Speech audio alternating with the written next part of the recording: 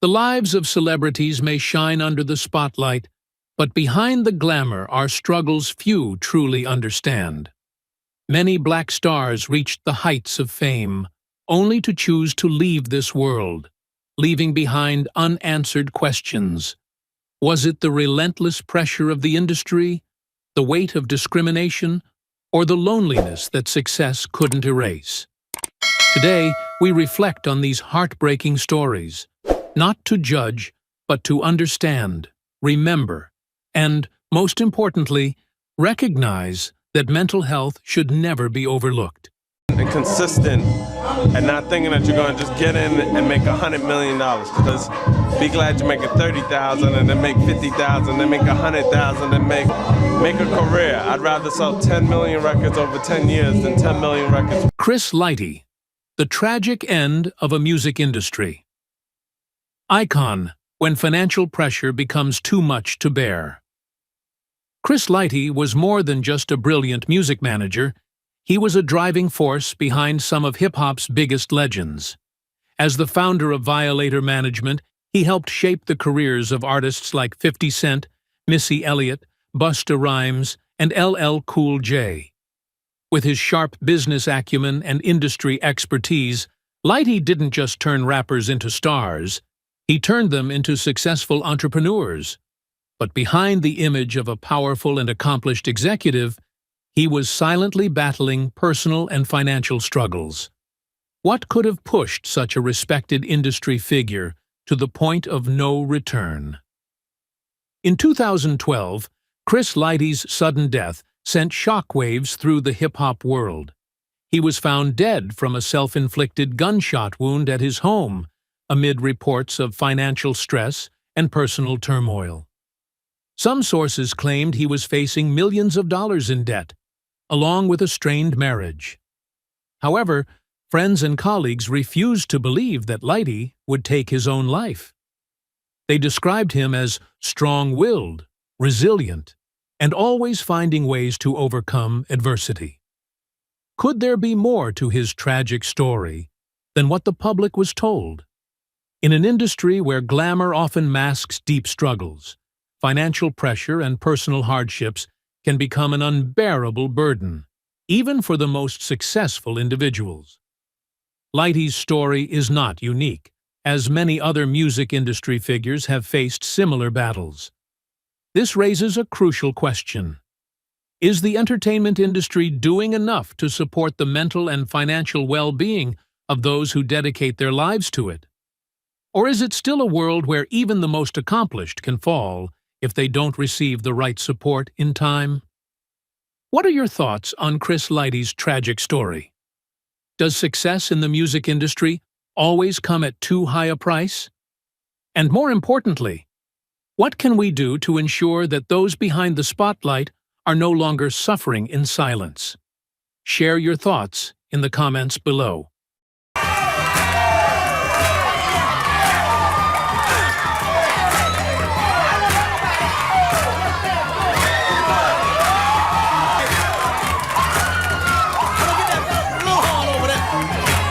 Don Cornelius, the visionary behind Soul Train and the tragic end of a cultural icon. Don Cornelius was more than a television producer. He was a cultural pioneer who revolutionized black entertainment. As the founder of Soul Train, he provided a stage for black artists to shine, bringing soul, funk, and R&B into mainstream American households. His work didn't just entertain, it empowered. Soul Train became a celebration of black excellence, breaking barriers in an industry that often sidelined artists of color. But while Cornelius brought joy and opportunity to countless others, he himself struggled in silence, haunted by a darkness that few ever saw. On the morning of February 1st, 2012, in his luxurious Sherman Oaks home, Cornelius sat alone in his living room. An unfinished bottle of liquor and an empty pill container lay before him.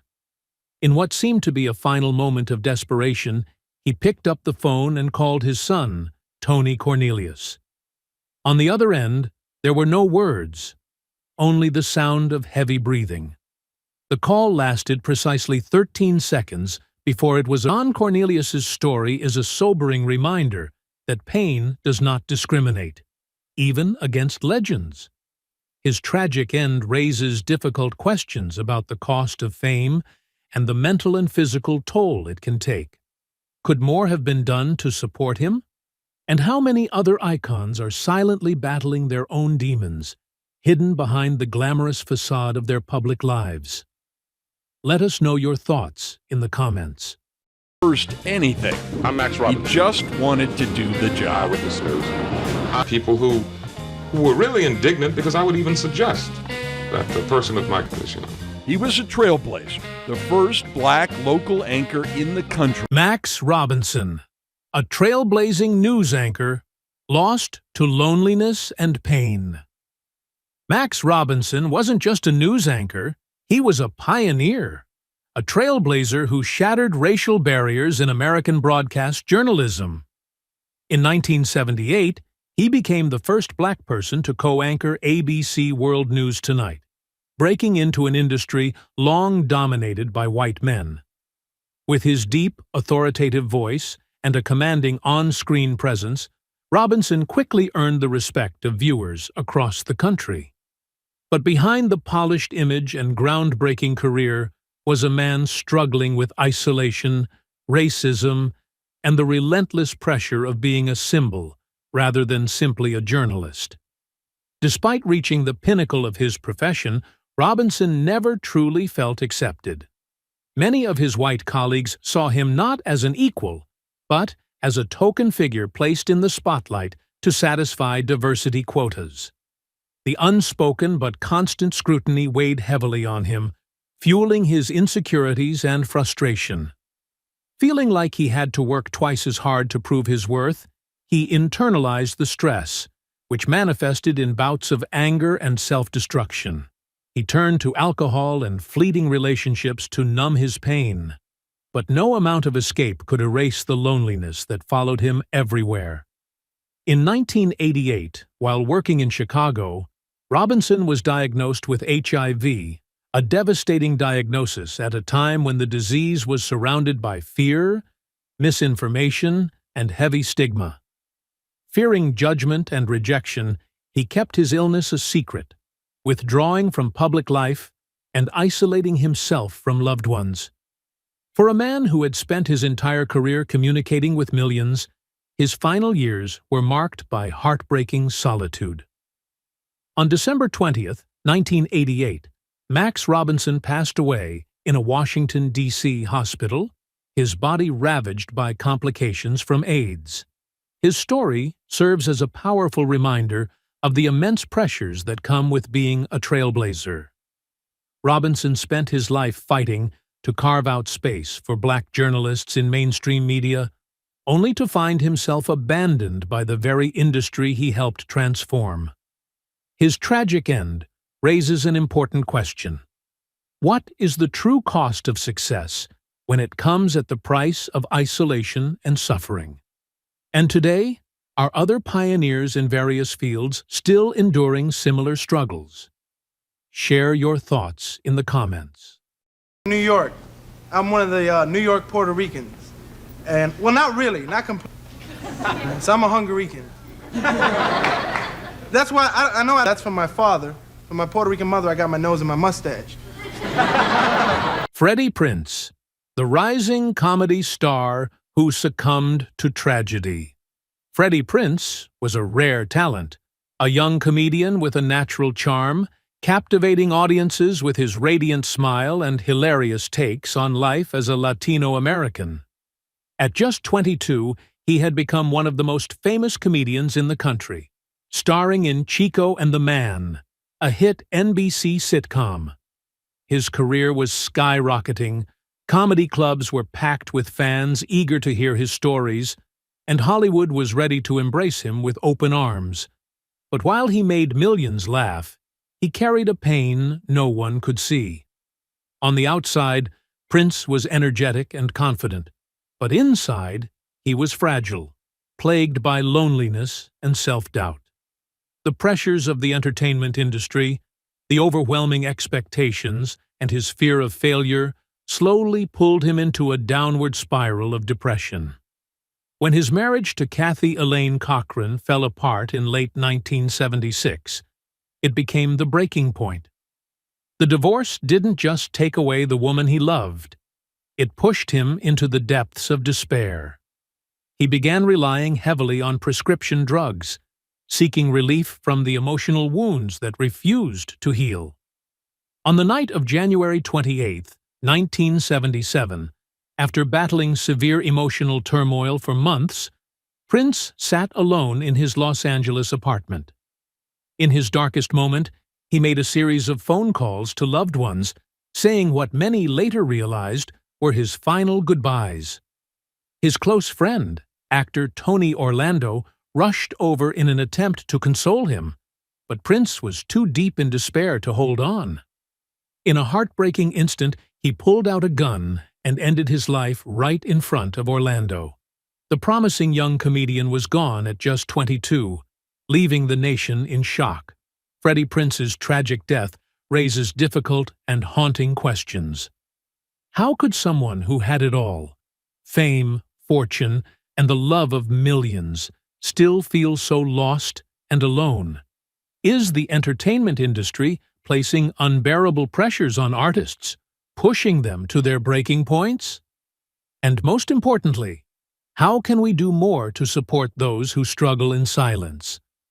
Share your thoughts in the comments. You remember? You can wave your hand. I can hear you. Bobby Womack. The R&B legend lost in depression and loneliness. Bobby Womack was one of the most soulful and powerful voices in R&B history, a gifted songwriter who crafted timeless melodies that touched millions. From his early days with the Valentinos to his legendary solo career, he delivered deeply emotional songs like Across 110th Street and If You Think You're Lonely Now. But behind the bright lights of the stage, his life was filled with tragedy, loss, betrayal, addiction, and an overwhelming sense of loneliness. Womack not only lost his mentor and close friend, Sam Cooke, but also found himself at the center of controversy when he married Cooke's widow just months after his death. The backlash was swift and brutal. He was ostracized by the music community, attacked by Cooke's own brother, and his career suffered greatly. Though he continued to make music, the wounds from his past never fully healed. He struggled with personal demons, battling drug addiction and depression while trying to keep his artistry alive. In his later years, Womack's health deteriorated. He fought diabetes, prostate cancer, and Alzheimer's disease, a cruel condition that slowly erased the memories of a man who had spent his life writing and performing unforgettable songs. Yet, his deepest pain wasn't just physical, it was emotional. In interviews, he spoke of feeling alone, even in front of adoring crowds. The ghosts of his past, the losses he endured, and the mistakes he couldn't undo weighed heavily on him until the very end. When Bobby Womack passed away in 2014, the world lost not just a musical icon, but also a reminder of the silent battles many artists face. How many more legends must we lose before we take mental health in the music industry seriously? Is fame a blessing or a curse? And could Womack and others like him have been saved if they had received more support? Let's reflect on his story and share our thoughts.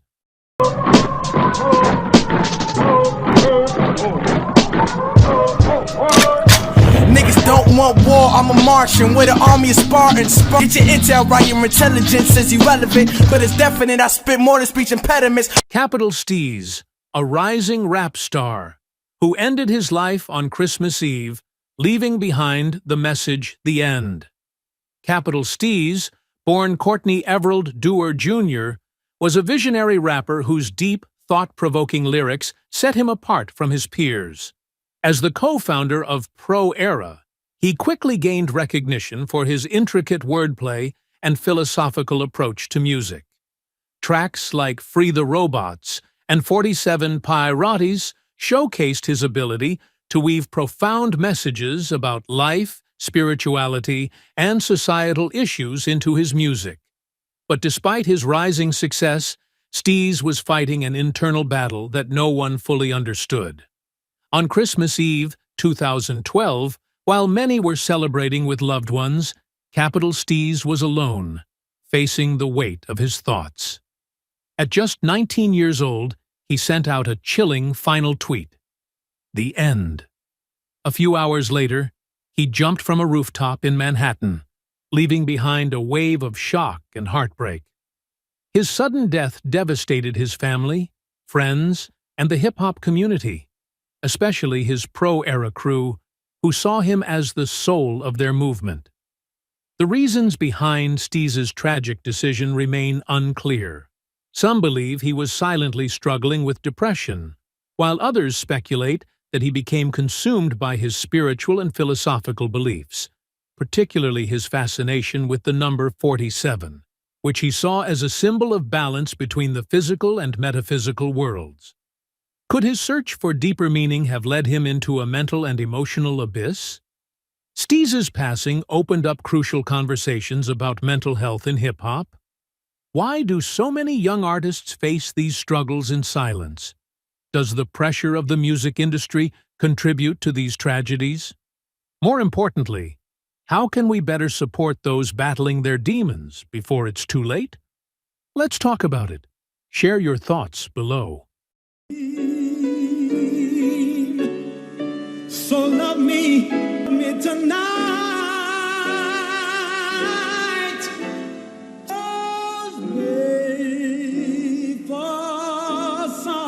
Donny Hathaway, the musical genius who hid his pain.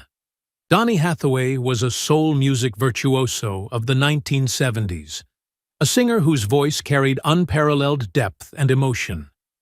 With timeless classics like The Ghetto and his breathtaking duet, The Closer I Get to You with Roberta Flack, he cemented his place as one of the greatest artists of his generation. His music radiated warmth, love, and wisdom, touching the hearts of millions.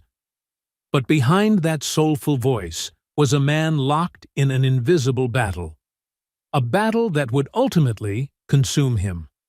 Hathaway suffered from schizophrenia, a cruel and misunderstood illness, especially in the 1970s, when treatment options were limited and often ineffective.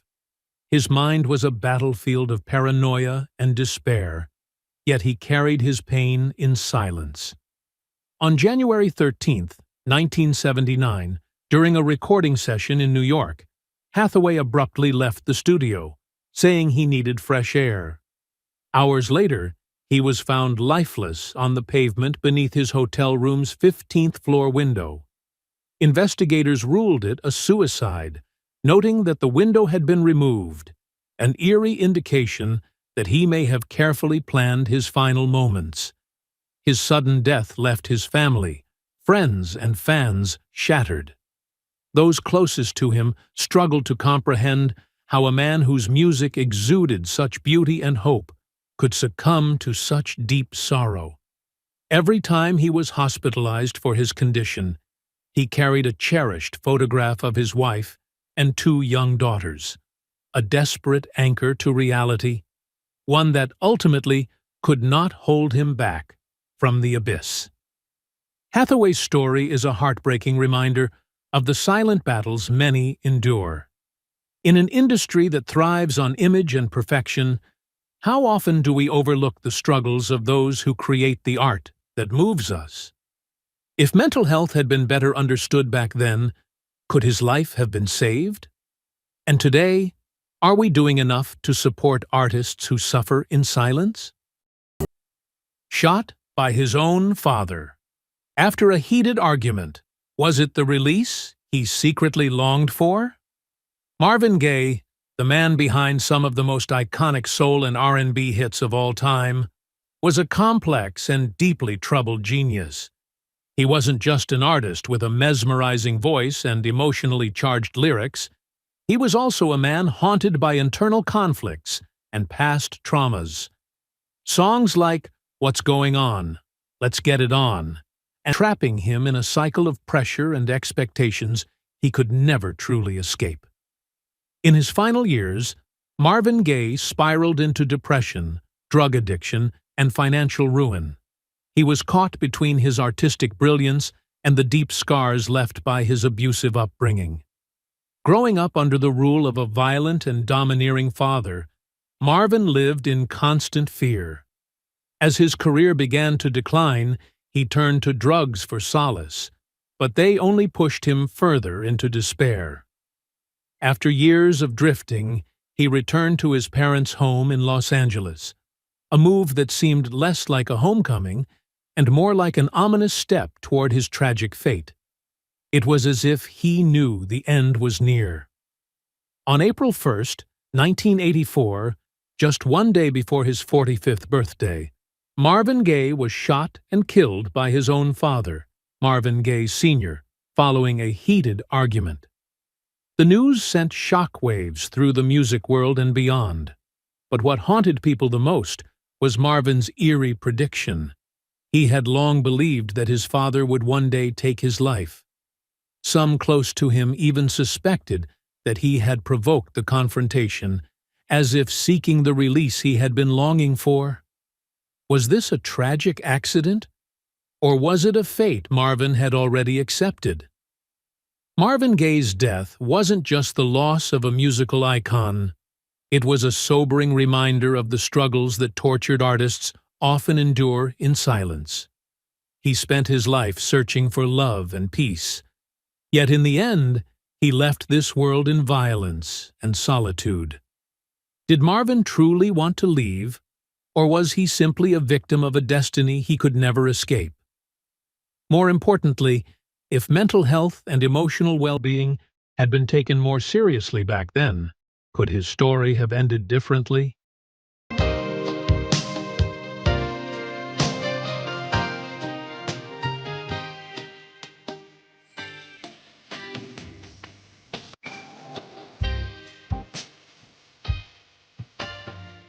Phyllis Hyman, the soul and jazz diva who took her own life.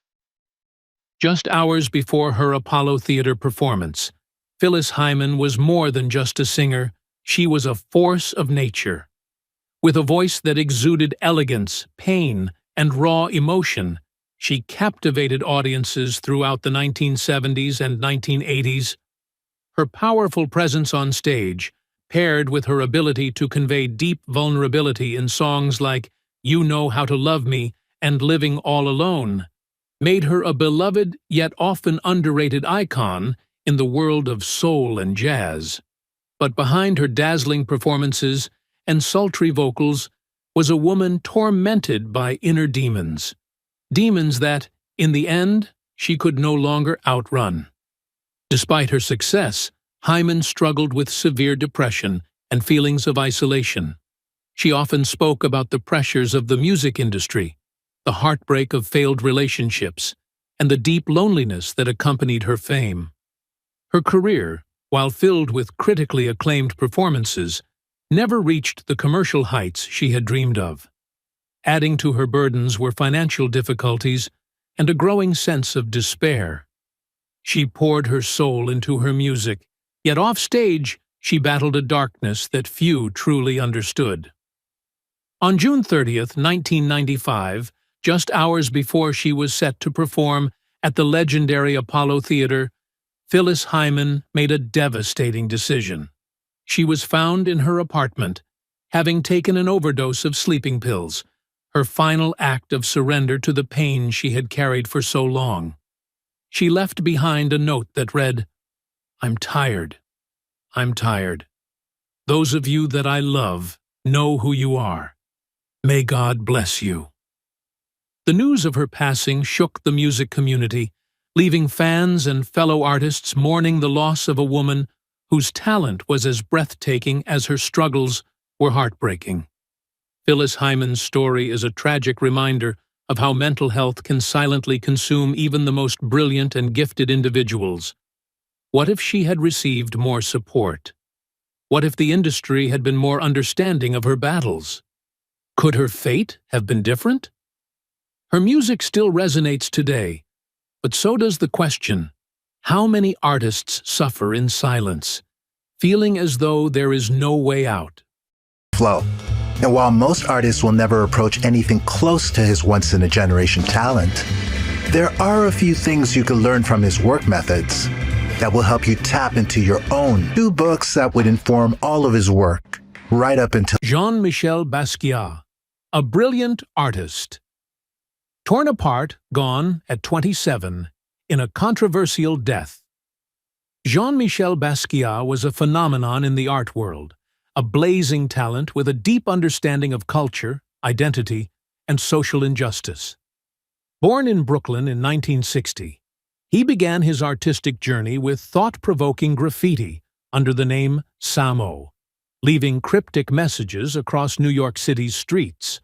From those gritty beginnings, he skyrocketed into the elite art galleries, becoming one of the few celebrated black artists in a predominantly white-dominated industry. His work, a raw fusion of vibrant colors, primitive symbols, and poetic yet haunting phrases, captured the struggles of race, class, and human existence. But behind the explosion of creativity was a man battling demons, self-doubt, childhood trauma, and the ruthless pressures of the art world. Despite his success, Basquiat never felt at home in the spaces he occupied. He was acutely aware of the racism and exploitation that still surrounded him, even at the height of his fame. He wasn't just an artist. He was a voice for the marginalized, a living embodiment of defiance and brilliance. His paintings exuded both rage and hope, reflecting the pain and resilience of black culture. He forged relationships with icons like Andy Warhol and Madonna, but even in those circles, he remained an outsider. As fame consumed him, so did his reliance on heroin, an escape from the relentless expectations and loneliness that fame so often brings. On August 12, 1988, Basquiat was found dead in his New York apartment, the result of a heroin overdose. He was just 27 years old, joining the infamous 27 Club, alongside Jimi Hendrix, Janis Joplin, and later Kurt Cobain. His death immediately sparked controversy. Was it an accident, an act of self-destruction, or an inevitable consequence of an art world that had drained him of everything he had to give? In the years that followed, the value of his artwork soared, with his pieces selling for tens of millions of dollars. But what does that mean when the artist himself never got to witness his own legacy? Basquiat's story raises an unsettling question. Do we truly appreciate artists while they are alive, or only after it's too late? If he had received more support, could he have conquered his inner struggles? And more importantly, how many other artistic geniuses are silently fighting their battles, torn between creativity and the crushing weight of the world's expectations? And I didn't know shit about the mafia. My father was the bad, so the mafia didn't mean shit to me. I did not relate to this lady, Satin Doll. She was the star of the show. Beautiful black stripper, right? Richard Pryor, comedy legend who set himself on fire, an accident or a cry for help. Richard Pryor was more than just a comedian. He was a truth-teller, a raw and fearless voice who turned pain into humor and made audiences laugh while forcing them to confront the uncomfortable realities of race, addiction, and life in America. Born in 1940 and raised in a brothel run by his grandmother, Pryor's childhood was marked by trauma, violence, and instability. These experiences shaped his comedy, giving him an unmatched ability to blend hilarity with deep, unfiltered honesty. His routines weren't just jokes, they were reflections of a life filled with struggle and survival, making him one of the most influential stand-up comedians of all time. But behind the laughter, Pryor was fighting a war within himself. His battles with drug addiction, particularly freebasing cocaine, consumed him, pushing him to the edge both mentally and physically. On June 9, 1980, that internal chaos manifested in a shocking and near-fatal incident. While reportedly freebasing at his home, Pryor doused himself in rum and set himself on fire, running down the street in a panic as flames engulfed his body. He suffered third-degree burns covering more than half of his body, yet miraculously survived. While Pryor later joked about it in his stand-up, turning even his most horrifying moment into comedy, many believed this was a suicide attempt rather than an accident. A moment of profound despair masked by the haze of addiction. Following his recovery, Pryor spoke candidly about his struggles, acknowledging the darkness that had almost consumed him. He continued to work, starring in hit films and performing stand-up, but the years of substance abuse and physical suffering took their toll. In 1986, he was diagnosed with multiple sclerosis, a disease that gradually robbed him of his ability to perform. Yet even as his body weakened, his legacy as a pioneer of comedy remained untouchable. He had reshaped the landscape of stand-up, influencing generations of comedians who followed, from Eddie Murphy to Dave Chappelle. But despite his triumphs, one question lingered. Was Pryor ever truly at peace? Richard Pryor's life was one of brilliance and tragedy, resilience and recklessness, triumph and torment. His ability to turn personal suffering into art is what made him legendary. But should we celebrate that struggle or question the cost of it? How often do we push our brightest minds to the brink in the name of entertainment? And if he had found a way to escape the demons that haunted him, would he have still been the same Richard Pryor the world revered? Sat at her typewriter and wrote those letters. They are everything. They embody her, and they are written to my father, Ted Hughes, when they were at their most passionate and their most loving and their most... Sylvia Plath, a literary genius and the tragic end of a tormented soul. Was death her only escape? Sylvia Plath was more than just a poet. She was a phenomenon, a mind both sharp and restless, transforming pain into hauntingly beautiful verse. Born in 1932, Plath displayed remarkable literary talent from a young age, possessing a keen intellect and an unparalleled ability to articulate raw emotion. Her works, particularly the poetry collection Ariel and her semi-autobiographical novel The Bell Jar, are not only literary masterpieces, but also deeply personal reflections of a woman trapped between societal expectations and her own unrelenting turmoil. She wrote about women suffocating under the weight of convention, about the crushing loneliness that persisted even in moments of supposed success. Despite her growing acclaim, Plath's personal life was riddled with suffering.